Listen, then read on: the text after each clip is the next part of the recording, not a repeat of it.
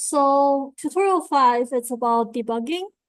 This year we swapped the coding style with the debugging tutorials, and if you have any thoughts on this ordering, let me know.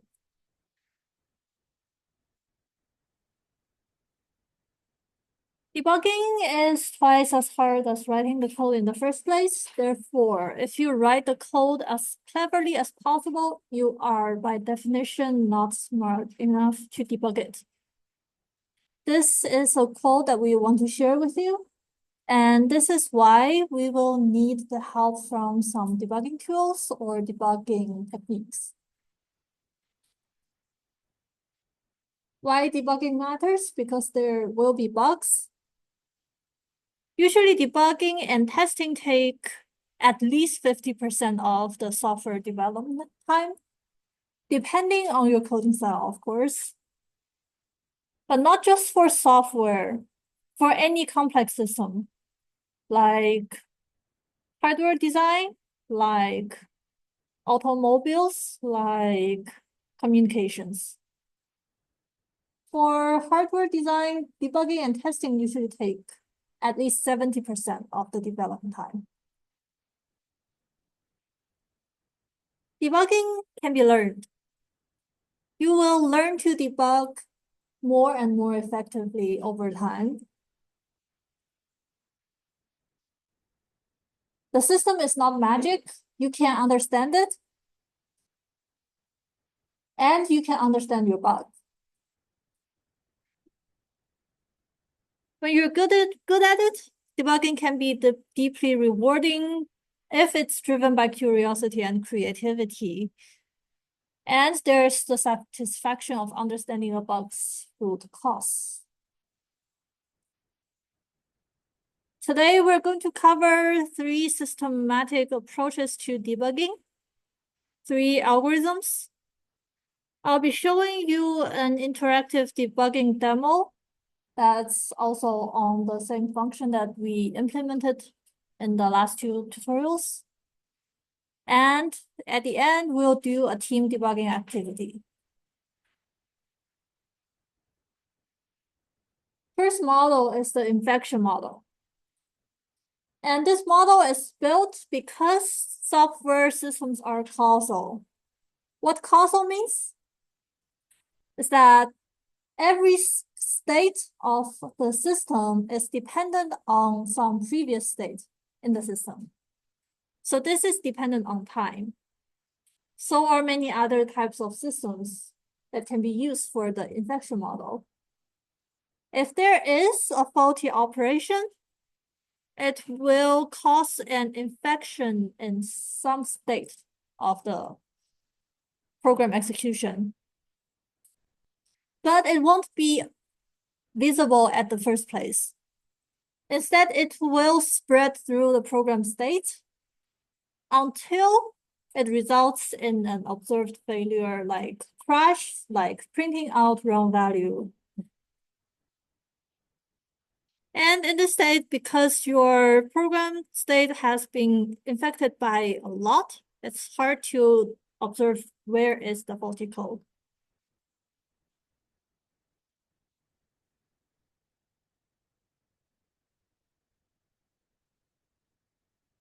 The next is the wall fence algorithm.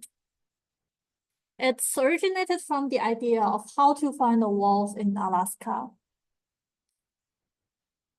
The wolf.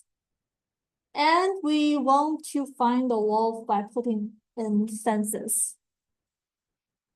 We put in a fence, and we can eliminate one side of the fence that we are sure there's no wolves. We then continuously put in more fences until we are left with a small space to explore.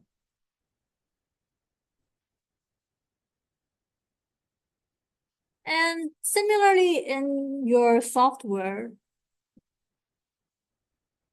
here is the potential set of root causes of variables, which are the states, and as it propagates in time. Because your program is causal,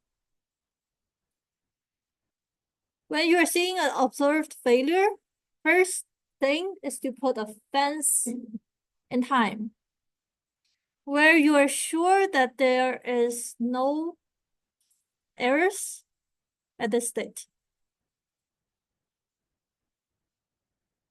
Then we put in a fence to fence out all of the variables that are not involved. Now we're left with a small set of states to investigate. So we can go finding the dependencies for this observed failure, then the dependencies of this observed failure using the debugger. And this uses the wolf fence algorithm and the causal control flow of program.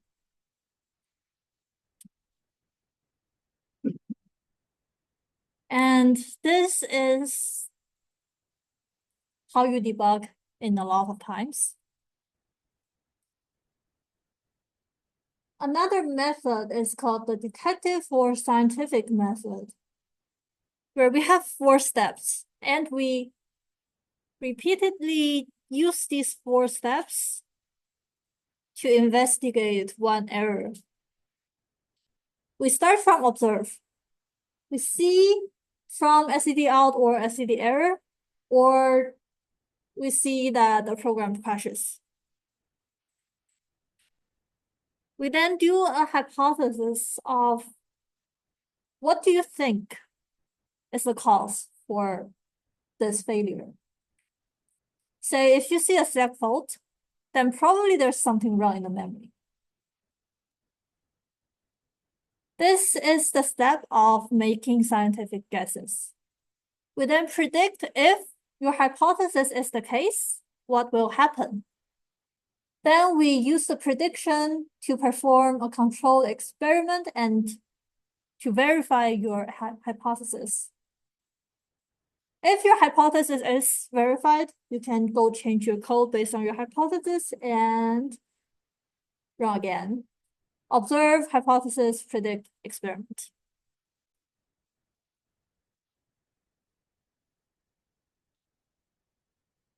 The really hard part in this method is making good hypotheses.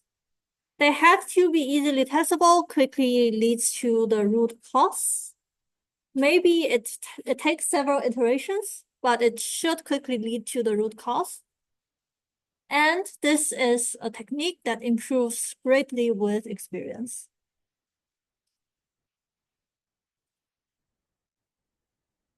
Let's do a debugging walkthrough of the function that we implemented in the last 2 tutorials, which is to find 3 segments of intersection.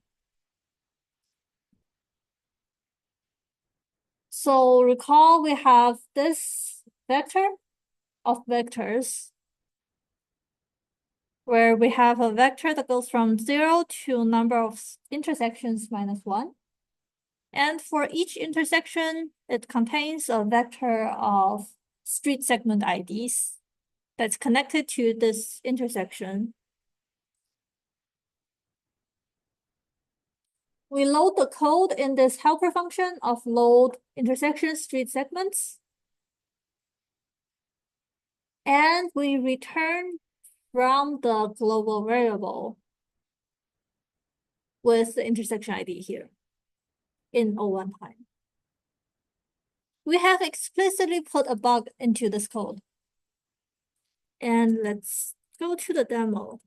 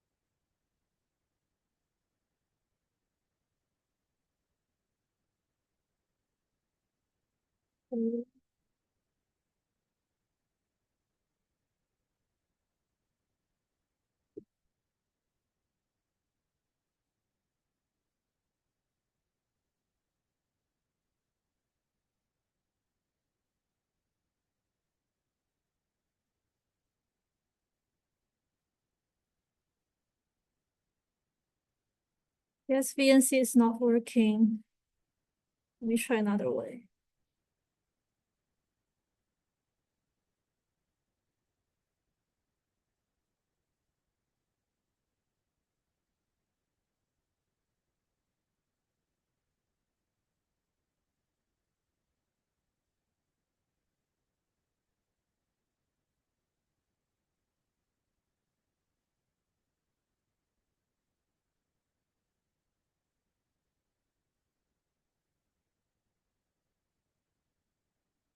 Okay, it's working now.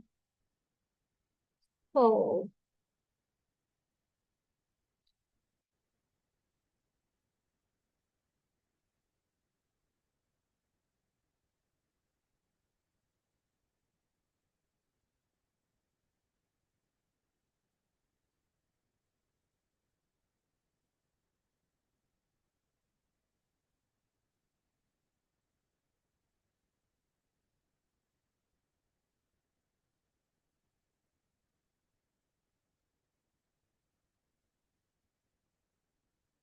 let's look at the code first.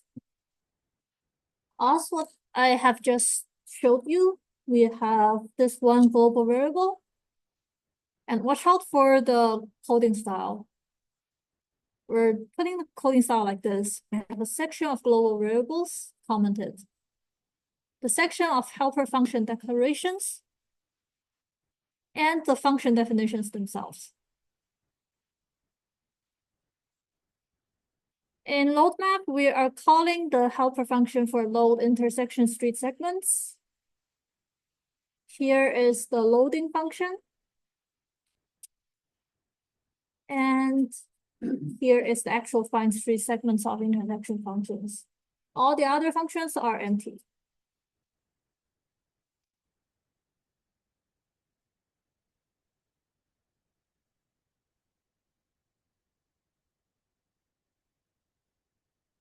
First test it using release mode and ECE297 exercise 1.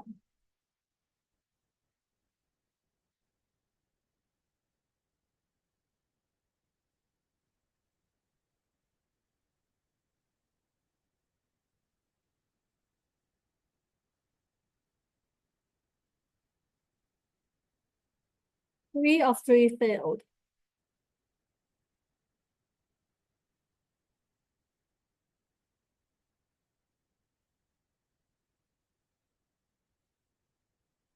And if we scroll up, it's very hard to see in the log itself. So here is how you can do it. Let's use the T command to redirect the log into another file. Tester.log.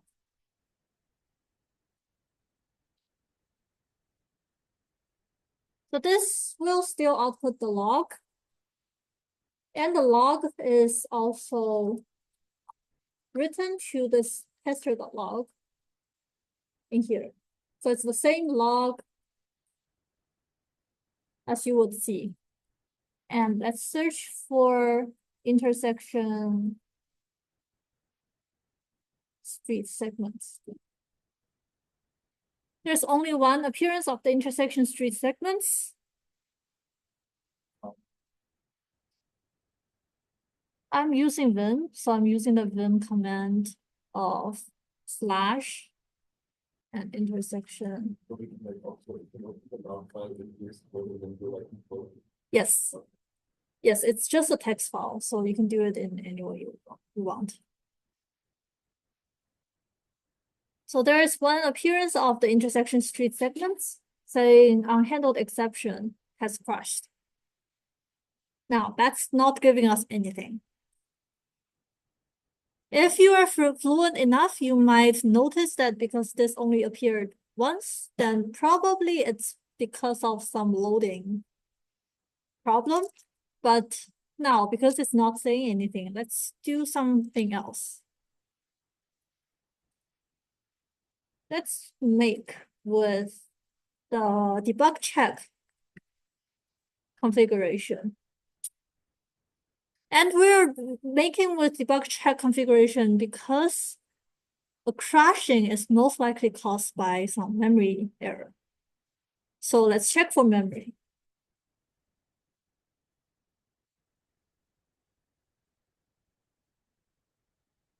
Do the same thing again.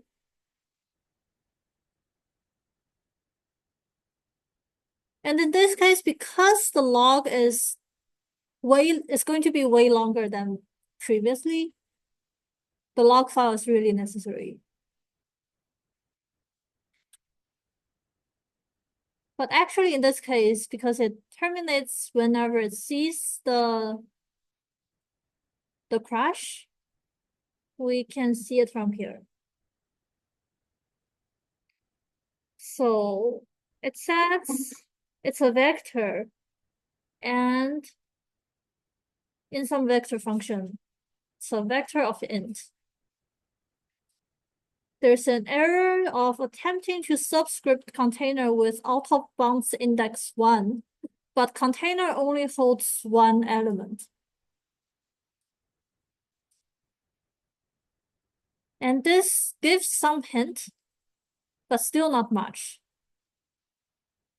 Object involved in the operation is a vector of int. So if you're fluent enough, you might be able to get something from here. But still, it's not clear enough. So let's make clean again and make using the debug configuration. And let's call ECE297 exercise 1 with debug tester.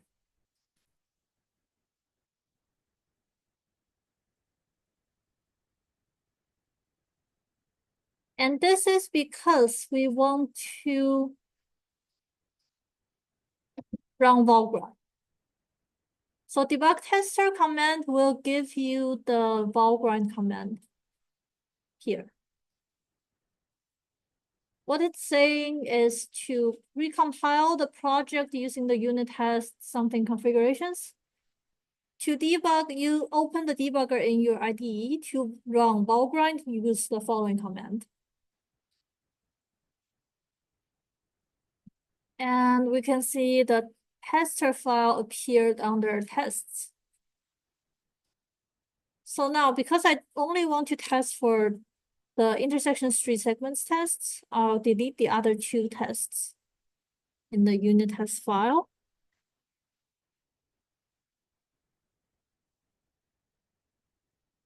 I'll go change the configuration to unit test debug because I want to run the Valgrind test, and change the launch target to test its street map.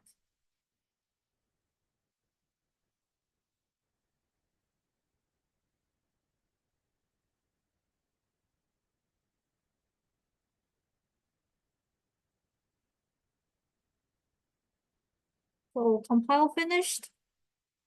And I'll go back to the terminal and copy the Valgrind command.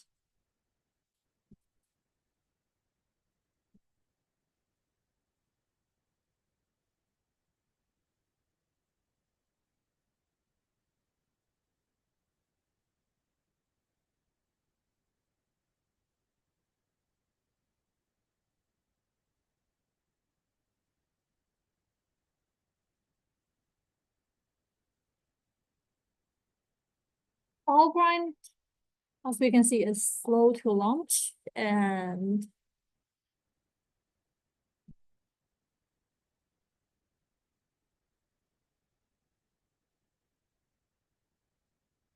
the log file will be large.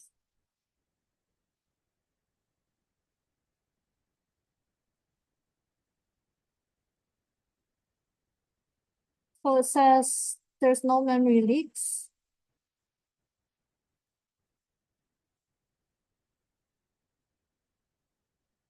But the test crashed, and it shows you a lot more details in here. And the log file is huge.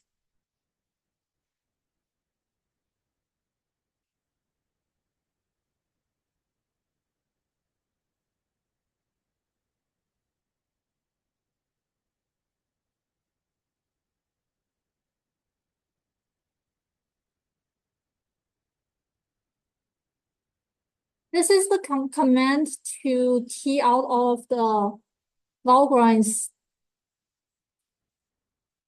log into a log file. Usually because it shows a lot of details in Valgrind, it's a very good place to search for any ideas of why this happens. But in this case, Valgrind is not clear enough still. Let's let it run.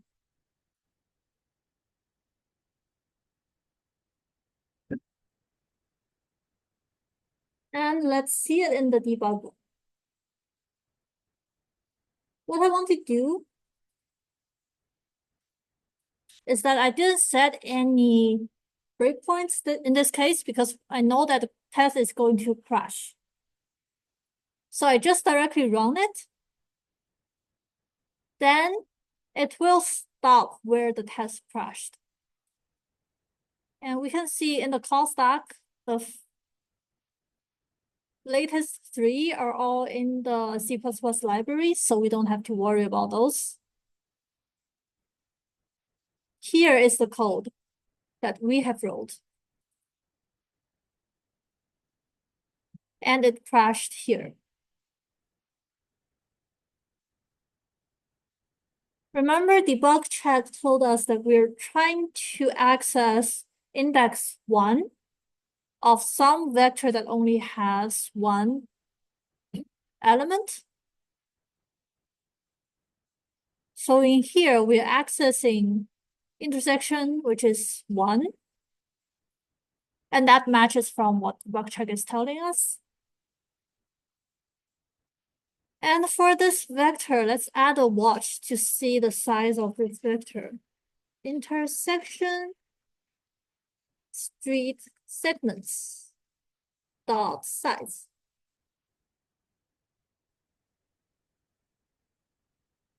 Expanding, it's 1. So it matches what debug check tells us. And this means intersection street segments never gets to the second element. It only has one element. And why is that the case?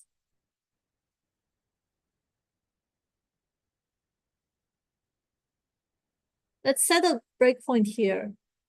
Usually, if you're good enough, you will be able to fix it, but I'll just show you all of the steps. We set a breakpoint at the beginning of this load intersection street segments. In the debugger, we set the watch here, and we'll see when it becomes 1. Still a step through. So it becomes 1 because of this pushback. And then it successfully went through the first intersection. Then at the second intersection, it crashed here.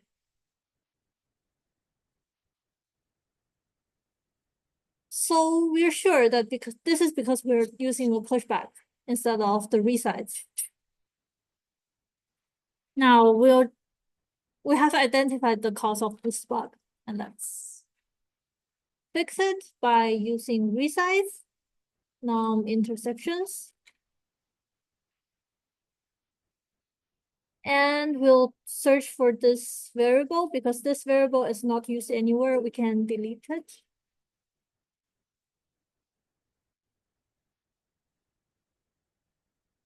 Now, let's check it again. 1 tests fast. So it fixed bug. I should quickly show you the output from Valgrind.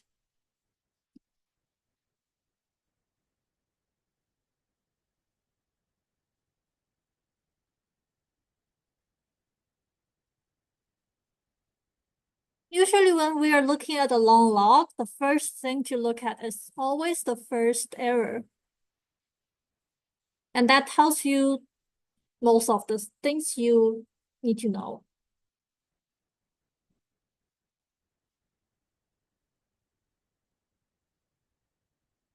So the first error tells you that it's M1.cpp line 65, which is this line from before, that there is an invalid read of size 8. So this also tells you a lot.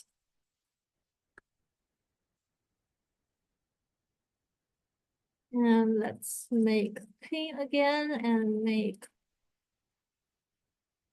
with the release configuration and run the tester.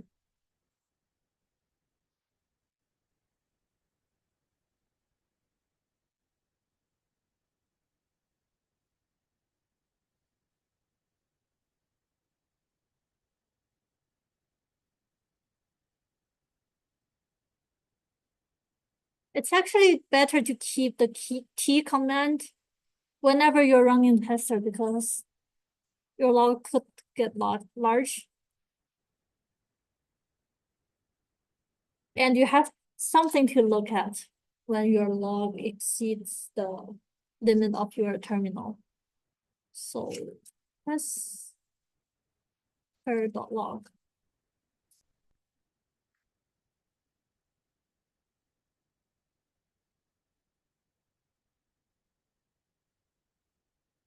And we can search for intersection street segment. So there's no error in this log. Is everything good? So something like this, like it's showing a segfault or a crush somewhere. Opening up the debugger without any breakpoints can tell you quickly where this crash happened.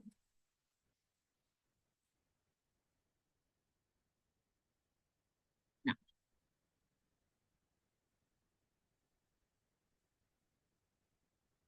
any questions before we get into the team debugging activity?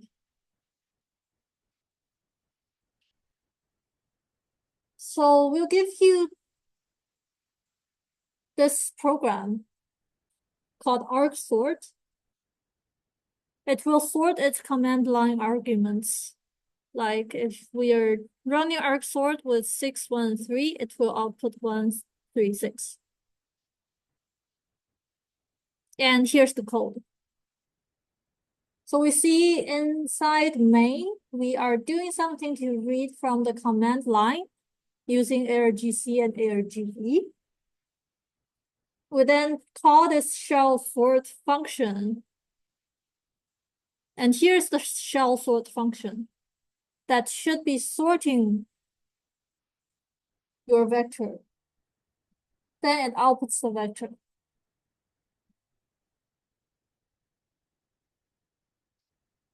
What argc and argv will contain? argc will contain the number of arguments. argv stores the number of arguments in strings. First argument is always the program name, then the other arguments.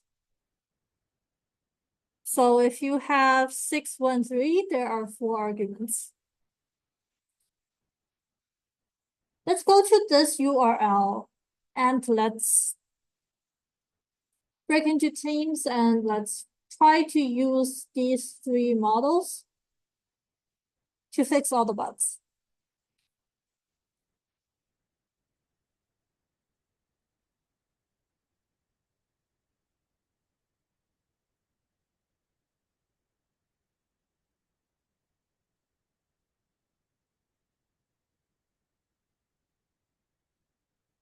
I'll give you 10 minutes to work on it and then we can work on it together. So when you're debugging, think of which of these 3 models you're using.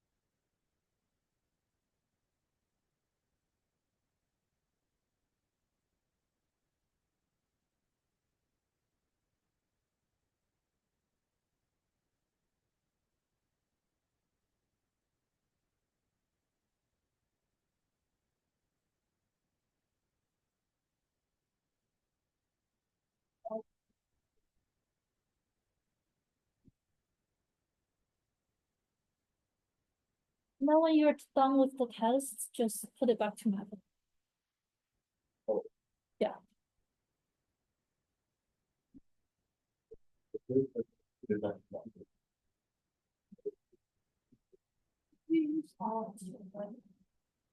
math. Just make it stay like that.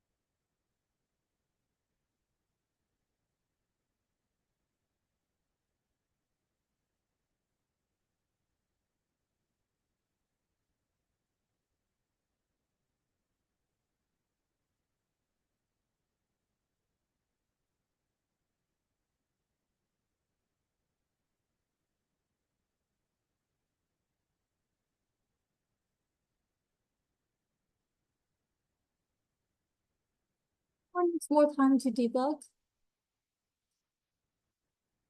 the arc sort.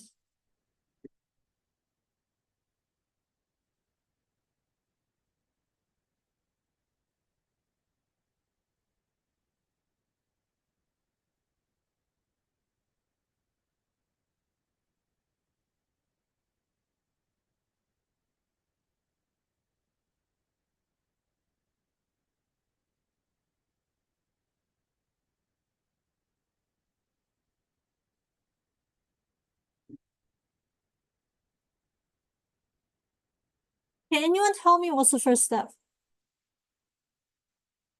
Like, where's the problem?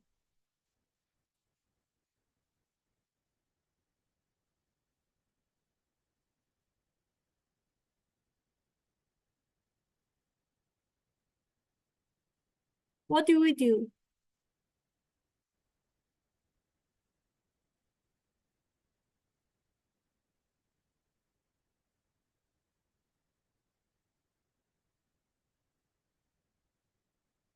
Run it first, output nothing. So what's the first step?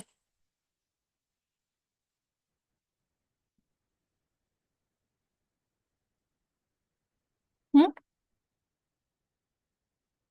Use the debugger and go line by line.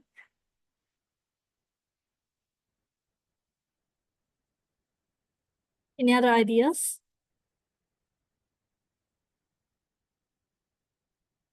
Yeah. I want to see whether it's the function, whether it's a function or something before the function. Yeah. So what do we do?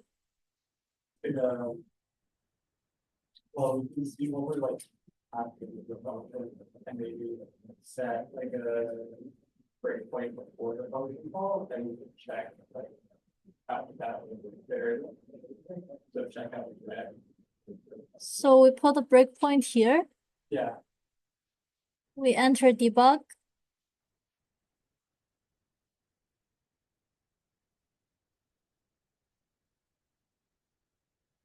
We start the debugger and it's here. So you said we want to see what we're passing into the function. Let's see. P back. This is GDB command. Vec is a vector of length 0, capacity 0. So probably something's wrong with vec. Then what's the next step?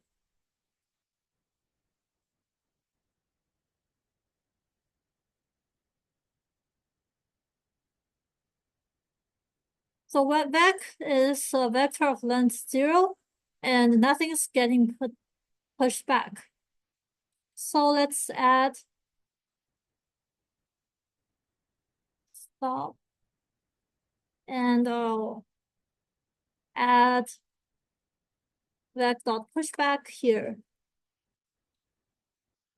V. Run again. 0, 1, 6. What's the problem now? What's the next step?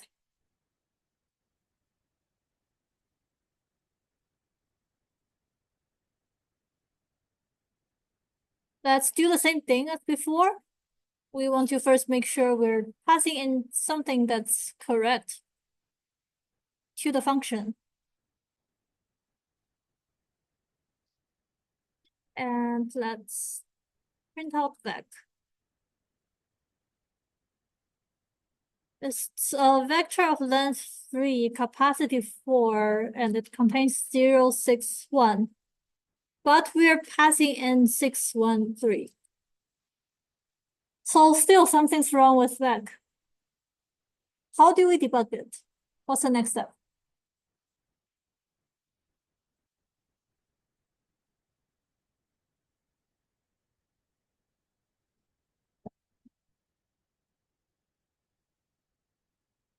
Set a breakpoint before the pushback and see what value V is. Let's try it. Stop and debug. Start. See what value V is. It's a 0 now. And that's something we don't like. The local variables, we have SS, that's the string stream. We have V, that's 0. We have I, that's 0, and vec. Let's continue. The next V is 6. Next V is 1. I is 2.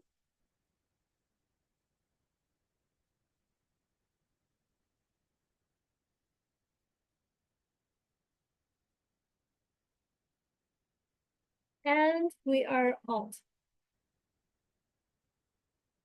of this for loop. We reached the end of the program. So we are missing the last 3, and we're reading in an extra 0. What's the next thing to look for?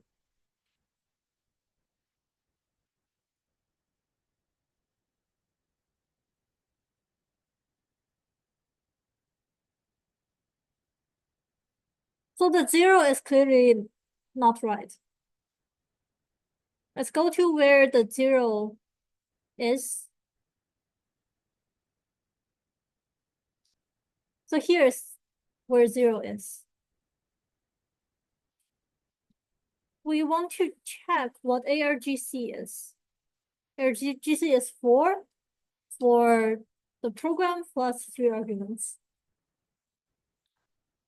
Let's see what ARGV is.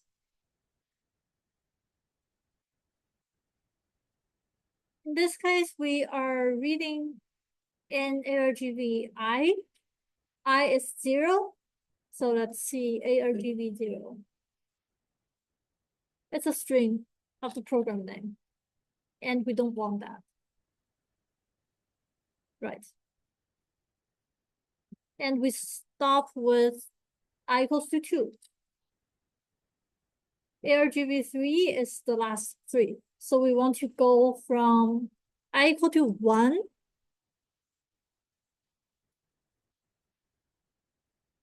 of this. We want to go from I equal to 1 to what we have here plus 1.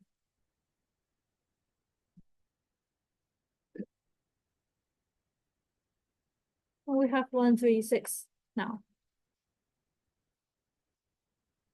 see if we add more.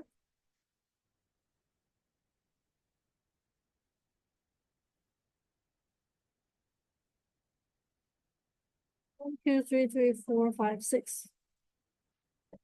1, 2, 3, 4, 5, 6.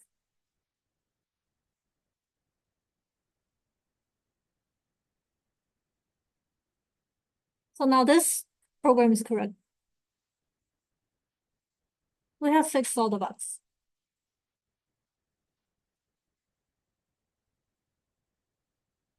Let's enter the discussion. What approaches did you use?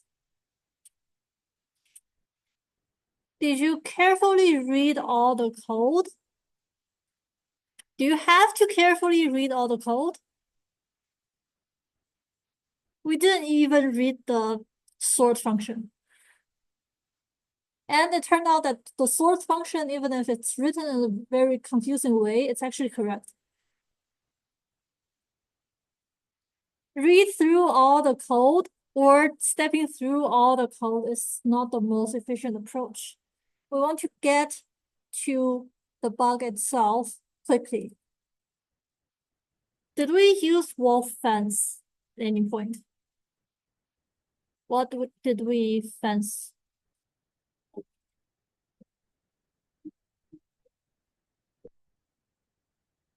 So we fenced out everything after the sort function, including sort function. The infection model? Yeah, similarly, the infection model. Hypothesis testing. We made a hypothesis of there's probably something wrong with the arguments that we're reading in. The first time we see the v equals to 0. So you actually use more than you will notice. And there are more resources for debugging, and that concludes our tutorial on debugging. I'll stay here for any questions.